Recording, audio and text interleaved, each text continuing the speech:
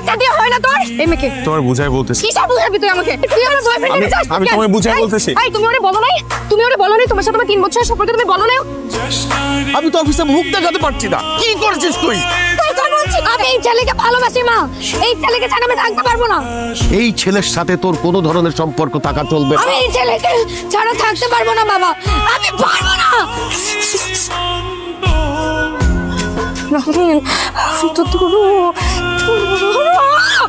ওই মেয়ের কোনো মান সম্মান আছে নাকি?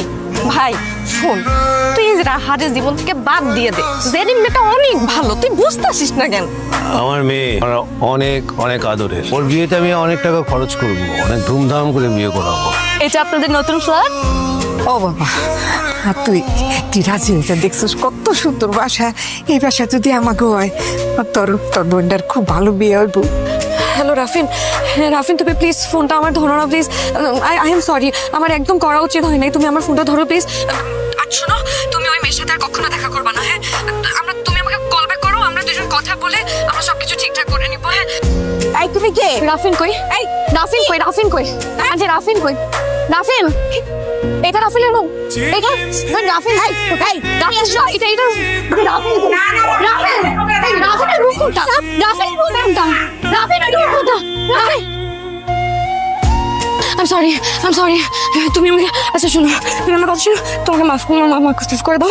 আমি বাচ্চা ঠিক প্লিজ আমাকে মাফ করে দাও। প্লিজ আমাকে মাফ করে দাও, কোনোদিন হবে না। চল হ্যাঁ প্লিজ নিয়ে যান আপনাদের মেয়েকে। আপনাদের মেয়ে আমার হাজবেন্ডের জীবনটাকে একদম হেল বানিয়ে রেখেছে।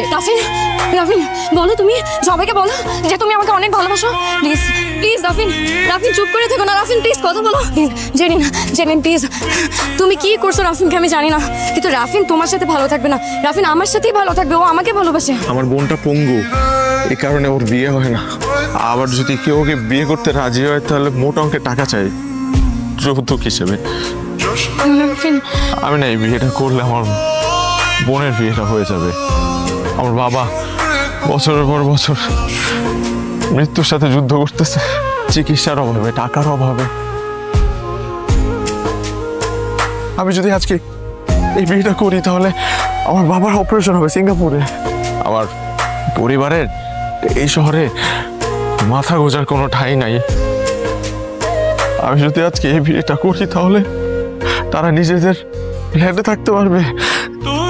আমি করছি। তুমি না বলছো আমাকে হ্যাঁ, আমি আমার কথা কোনোদিন আমাকে অন্য কারো হতে দেবে না। আমার কথা শোনো। আমি যেদিন আমি সেদিন তোকে প্রথম দেখছিলাম,